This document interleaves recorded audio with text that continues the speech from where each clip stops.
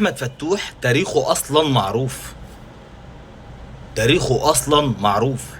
سهر، كذب، مشاكل، هروب. اللاعب ده كان المفروض من اخر مشكلة خرج منها كان يمشي كده، لكن ده لاعب دماغه غلط، ولا ينفع له اهلي ولا زمالك اصلا.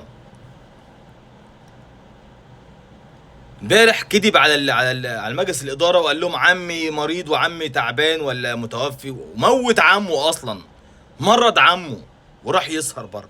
لا لا، ده دماغه غلط، ما ينفعلوش. فما يطلعليش واحد يقول لي بقى اصلا امام عاشور كان معاه. امام عاشور واخد اجازه واحنا عارفين حاجه زي كده. امام عاشور مصاب وواخد اجازه.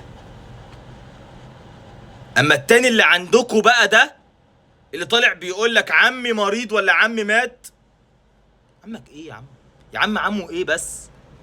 يا عم اللاعب عندكوا خارج ببلوى ولسه بيكذب. سلام.